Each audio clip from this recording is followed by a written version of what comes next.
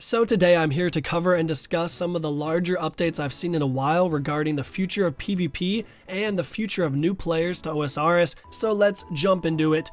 This dev blog, New Players Experience, actually came out today as well and kind of got shoved under the rug because, the PvP updates were so intense, but let's cover this just for a minute or two. 2018 was a good year for old school RuneScape, but 2019 could be even better if we solve one of our game's trickiest problems, welcoming new players into our healthy and vibrant community. We're sure that you remember your first experience in RuneScape and how steep the learning curve can be. We're increasingly seeing that the curve is causing players to drop out before they're able to experience the real magic of the game. We've already been making changes to tackle this, such as streamlining Tutorial Island and adapting messages throughout the game. It's important to note that the type of alterations we're considering focus on new players and the early game experience.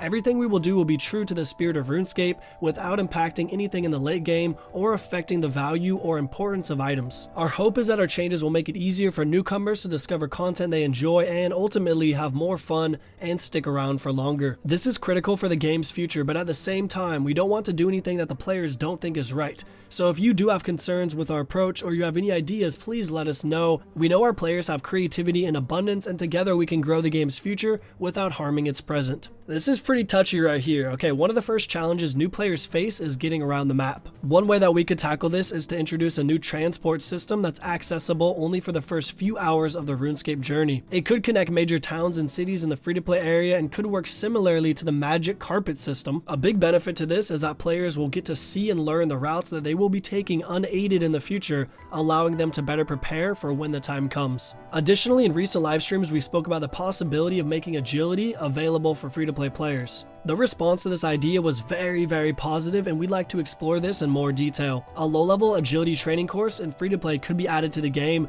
which would allow free-to-play players to gain the benefit of faster replenishing run energy and access to the new and existing agility shortcuts. What has been proposed so far, I totally agree with. I would say free-to-play has a huge learning curve, all the way up to membership or whatever it may be, and if it can make players more willing to go further in the game and understand the basics and whatnot, if this is going to help them, I fully agree with it 100%. What you guys have been waiting for, some huge PvP updates, some quite game-changing actually, so let's jump in and take a look. In March 2019, we address your concerns regarding the state of PvP. Strengthening PvP in competitive gaming is a key priority of ours. This blog will give you an insight into our plans for PvP, including content changes, events, and future poll questions. We are frequently asked to place less focus on new content and instead concentrate on fixing PvP. With our recent PvP Cabal in April, we asked members to prioritize a list of changes they want made to help fix PvP. We want to continue to do PvP Cabals with various members of the community, including ex-PvPers,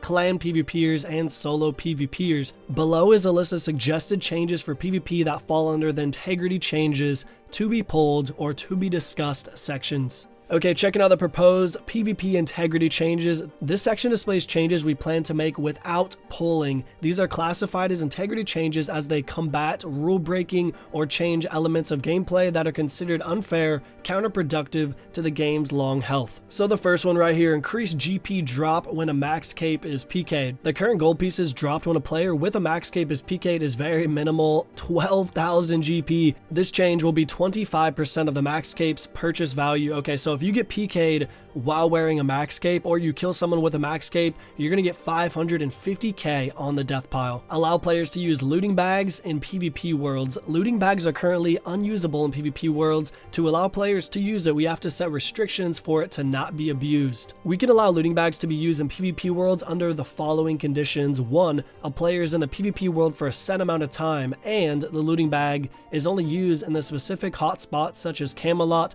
Lumbridge, Varrock, and Edgeville. This one is a tad bit tricky. I feel like if they limited the loot bag to Varrock, Edgeville, these type of big mainstream cities, you're so close to a bank, then that's where all the action happens. So if you did PK someone, you could just bank real quick and pick up the loot. It's not that big of a deal. On the other hand, if the looting bag wasn't limited to certain cities and you could use it, anywhere in the PvP worlds, I would say a lot of metas for different monster killing or gold making would totally change because, this bag is 28 extra inventory spots, similar to a pack yak or something like that. Either way, I think this update right here, this change, it's not needed on both sides of the spectrum. Changes to inboxes and PvP areas. In order to minimize item loss and risk, players currently use inboxes to quickly bank all valuables before they are PK'd on both a PvP world and in the wilderness. The proposed change is not to allow inboxes to be used in the PvP areas, as this has taken away the risk involved. This is true. If you actually go PK at black chins, a lot of the people, catching black chins right before they die, they're just going to go to 30 wilderness, put all of the black chins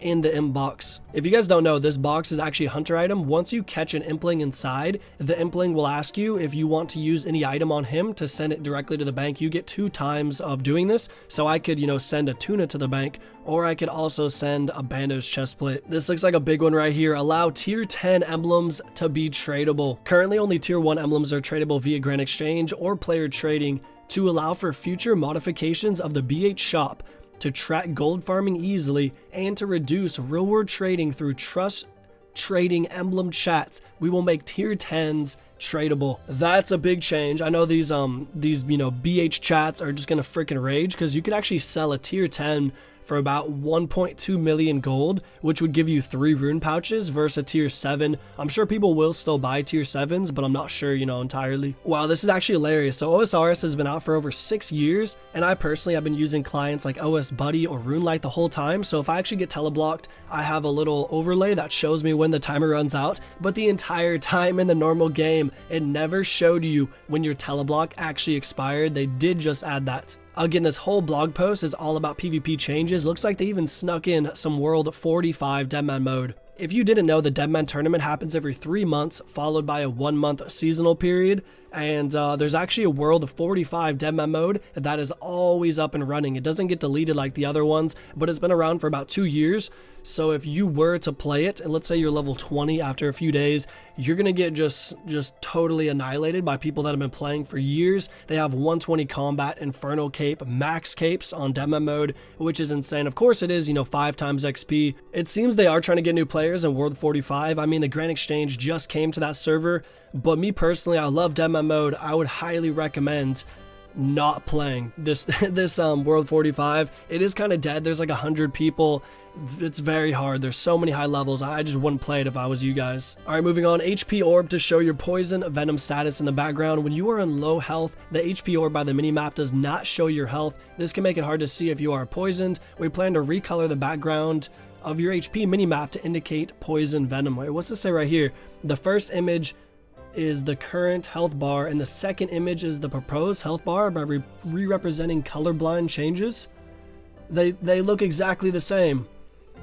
Wait, what? Colorblind shade changes for player health bars and minimap dots. This will allow all colorblind players to see player health bars and minimaps more easy. I guess that's a good thing. That is a good thing. I don't know the percentage of players that are actually colorblind, scaping out, but either way, this seems like a good change for those specific people. So many interesting topics here. Okay, remove clan wars, duel arena, and nightmare zone unskulling. Players currently go in and out of clan wars, duel arena, and nightmare zone to get unskulled. This change will stop the removal of the skull while entering and leaving these minigames. Feel free to leave your opinions about some of these topics we're covering as well. I mean, this is a pretty bold one. I know people that have been using clan wars, duel arena, blah blah to unskull for the past 2 years. Look at that key, absolutely amazing. Our Wilderness Slayer keys. Similar to Konar Slayer, when doing Wilderness Slayer tasks, you will have a chance at getting a key that will allow you to open a chest located somewhere in the wilderness for loot. Definitely tell me your opinions below. Would you guys be more down to do, Slayer in the wilderness if you did actually have a chance at these keys?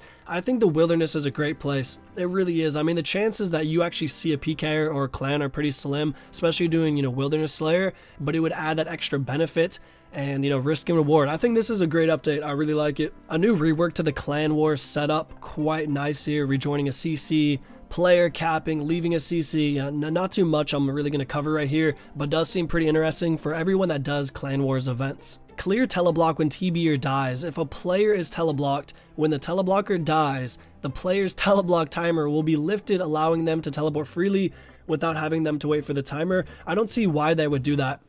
I don't see any point, because even if you get teleblocked by a big ass clan or something, normally the teleblocker isn't gonna die. I don't know why they would implement that. Looks like you can actually toggle your KD ratio just by, using the HUD instead of going to the bounty hunter display board at Edgeville. So yeah, that should be more handy, I guess, if people are trying to do that. Okay, this is what we're talking about now. This is going to be very controversial for a lot of people, especially people that have been, PKing for the last 5 years. This is going to change a lot. The Granite Maul currently uses 50% of the special attack to deal a damaging blow to a player while in PvP. The proposed change is to make the current Granite Maul use 60% of its special attack to keep it in line with the other special attack PvP weapons.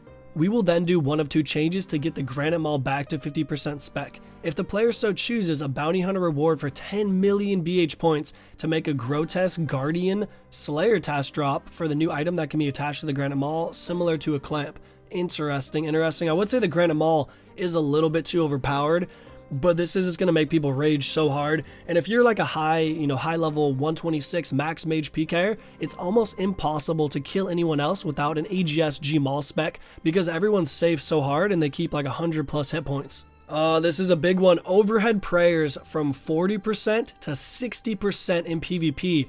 In PvP, using the correct prayers will give you 40% resistance to a player's attacks.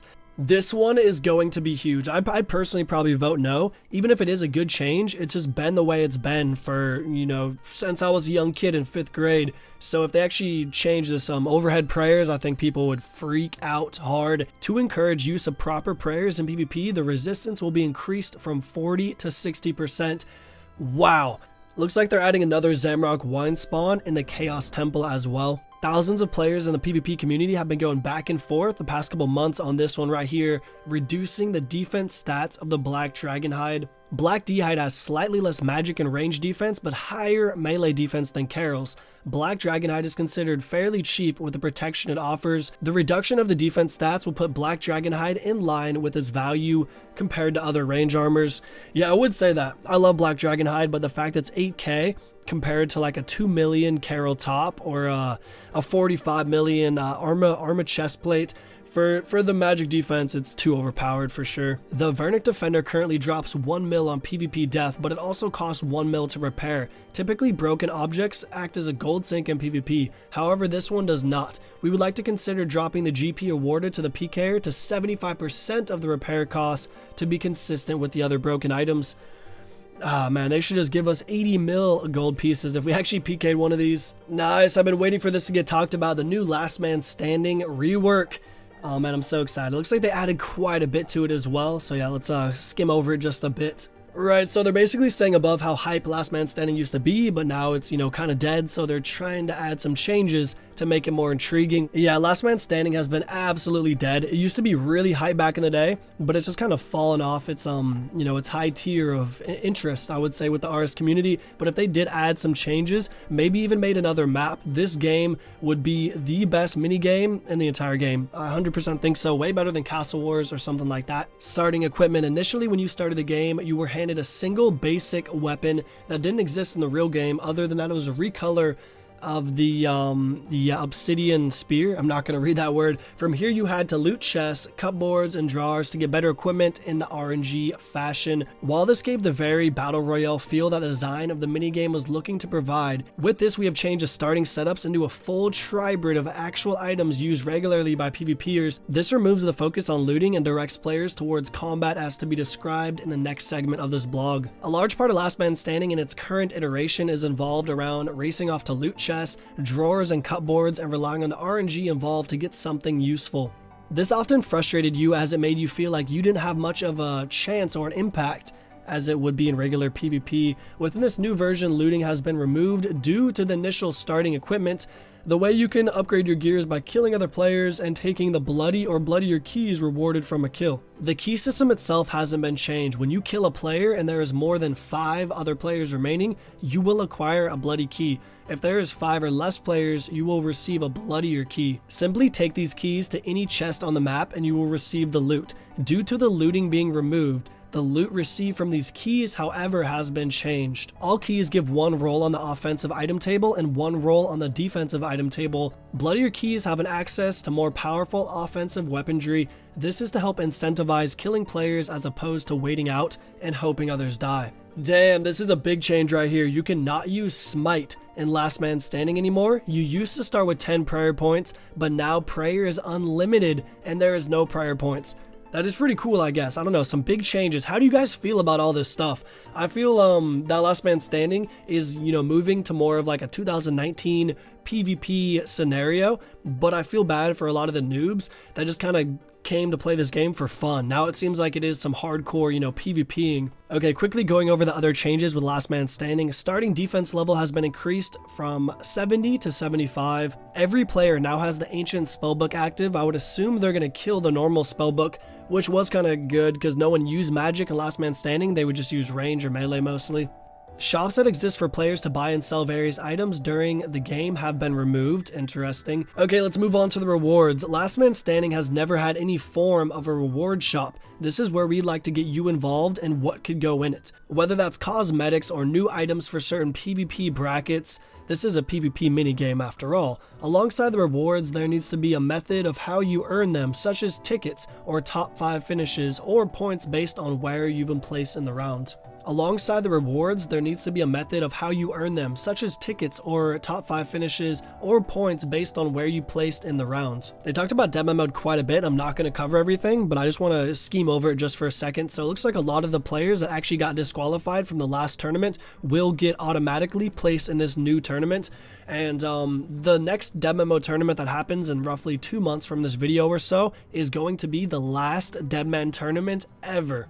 I would assume Jagex is going to take a 6-month break on the deadman mode and just think of some crazy new idea, some battle royale, or maybe even deadman mode v2. I'm not fully sure, but the next time it does come around, it should be flawless and epic. We want to work close with you to determine what you want for competitive gaming events, whether it be something as small as a community innovative PvP bingo, PvP clan cup, to the entire overhaul of a new competitive gaming mode. We want you to feel like you are being heard. We started our first cabal in April by outlining community ideas like deadman mode revival and a territory wars event. We want to continue to gather new and informative ideas and make the community enjoy playing and watching. Okay, they didn't really bring up much actually. I thought they were going to talk about, what they're going to do, but either way, PvP bingo. Okay, the final thing I'm going to be covering regarding this PvP update today, Bounty Hunter Rework. 2 years ago, a Bounty Hunter rework was mentioned at RuneFest. We've been promising big changes, but then made little progress on those changes. We failed to communicate this to our audience of dedicated Bounty Hunter players.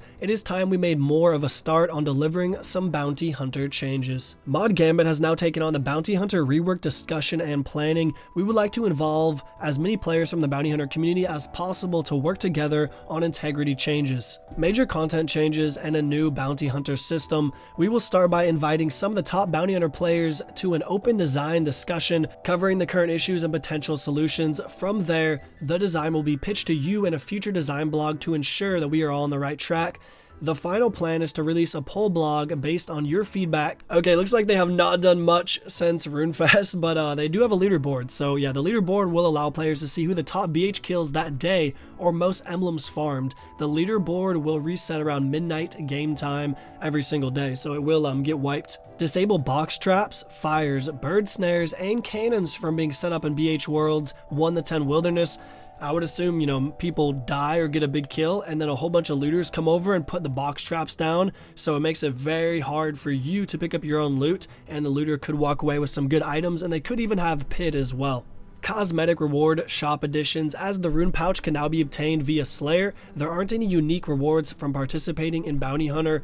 We want to create some unique cosmetics such as a hat or a cape to signify elite status within BH and encourage more players to participate. These are just some suggestions. We are open to more feedback from you about the rewards to include this potential shop. Wow, that was quite a bit to cover. Honestly, looks like Jagex is proposing quite a bit, PvP related. Let me know below, are you guys mainly a skiller, a quester, a PVMer, or a PvPer? Do you guys like PKing? I feel like most people don't like PKing, which is sad. I don't know why it is. I feel like people mostly like the gains in RuneScape, the quests, getting more XPs, getting levels.